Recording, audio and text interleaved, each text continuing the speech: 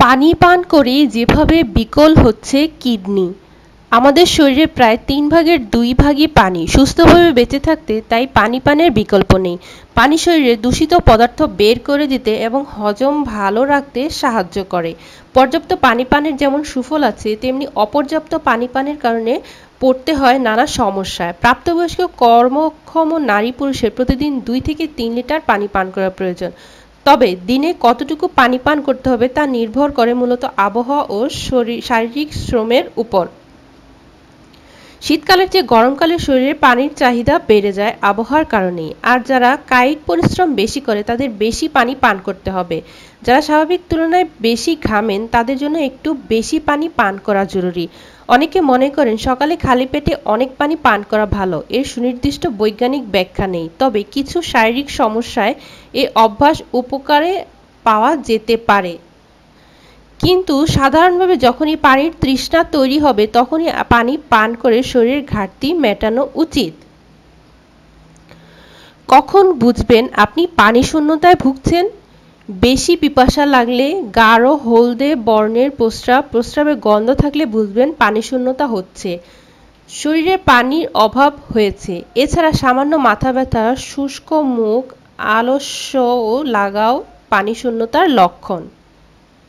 প্রবীণ লোকেরাও কখনো কখনো পানি শূন্যতায় বিষয়টি টের পান না। এদের সমস্যাগুলো প্রায় একই ধরনের হয় এই সময়ে। এরকম হলে চিকিৎসকের পরামর্শ নেওয়া জরুরি। কখন বুঝবেন শরীরে বেশি পানি হচ্ছে?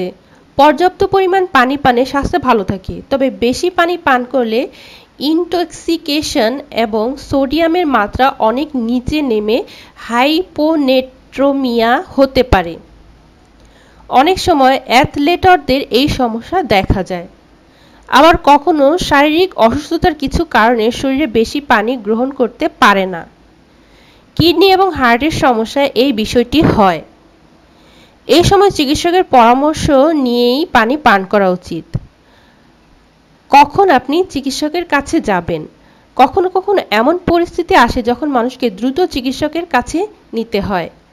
যদি 8 ঘন্টার বেশি প্রস্রাব না হয়, অবসন্ন লাগে, দ্রুত হৃদস্পন্দন হয়, খুব বেশি পানি পিপাসা লাগে, এমনটি সেটা ডায়াবেটিস রোগীর বেলায়ও, তখন চিকিৎসকের কাছে নেওয়া জরুরি। তাই পর্যাপ্ত পরিমাণ পানি পান করুন, বেশিও নয় কমও নয়। শরীরের কথা শুনুন, তবে কিছু উল্টাপাল্টা মনে হলে চিকিৎসকের পরামর্শ নিন। অনেক সময় আমরা দাঁড়িয়ে পানি খাই, তাতেই ডেকে আনছি বিপদ। একটা নয়, একগুচ্ছ রোগ বাসা বাঁধছে শরীরে। বিকল হচ্ছে কিডনি, ভাবছেন এ আবার কি ভুতুড়ে কথা? পানি খাওয়ার আবার কোনো নিয়ম হয় নাকি? শুনতে অবাক লাগলেও বিষয়টি সত্যি। পানি শরীরের জ্বরের গুরুত্ব অসীম, কিন্তু এই পানি খাওয়ারও কিছু নিয়ম কানুন আছে। রাস্তাঘাটে চলতে ফিরতে ঢকঢক করে পানি খাওয়া আমরা হামেশাই করে থাকি, এমনকি বাড়িতেও। এই দাঁড়িয়ে পানি খাওয়াতেই তৈরি হচ্ছে বিপদ, শরীরে বাসা বাঁধছে নানা রোগ। দাঁড়িয়ে পানি খাওয়ার বিপদগুলো হলো, টক্সিনের পরিমাণ বাড়ে, পানি খাওয়ার পরেই ছাঁকনিগুলো শরীরে পরিশ্রুত করার কাজ শুরু করে দেয়। দাঁড়িয়ে পানি খেলে শরীরের অন্দরে থাকা ছাঁকনিগুলো সংকুচিত হয়ে যায়, পরিশ্রুত করার কাজ বাধা পায়, শরীরে টক্সিনের মাত্রা বাড়তে থাকে। পাকস্থলীতে ক্ষত তৈরি হয়, দাঁড়িয়ে পানি খেলে তা সরাসরি পাকস্থলীতে গিয়ে আঘাত করে। স্টোমাক থেকে নিঃসৃত অ্যাসিডের কর্মক্ষমতা কমিয়ে দেয়, বদহজমের আশঙ্কা বাড়ে, তলপেটে যন্ত্রণা সহ একাধিক সমস্যা তৈরি হয়। আর্থারাইটিসের আশঙ্কা, শরীরের মধ্যে থাকা কিছু উপকারী রাসায়নিকের মাত্রা কমতে থাকে, ফলে জয়েন্টের কর্মক্ষমতা কমে যায়, সেখান থেকে আর্থারাইটিসের আশঙ্কা বাড়ে। উদ্বেগ বাড়ে, দাঁড়িয়ে পানি খেলে নার্ভ উত্তেজিত হয়ে যায়, উদ্বেগ বাড়তে থাকে। দাঁড়িয়ে পানি খেলে কিডনির কর্মক্ষমতা কমে, কিডনি ড্যামেজের সম্ভাবনা থাকে।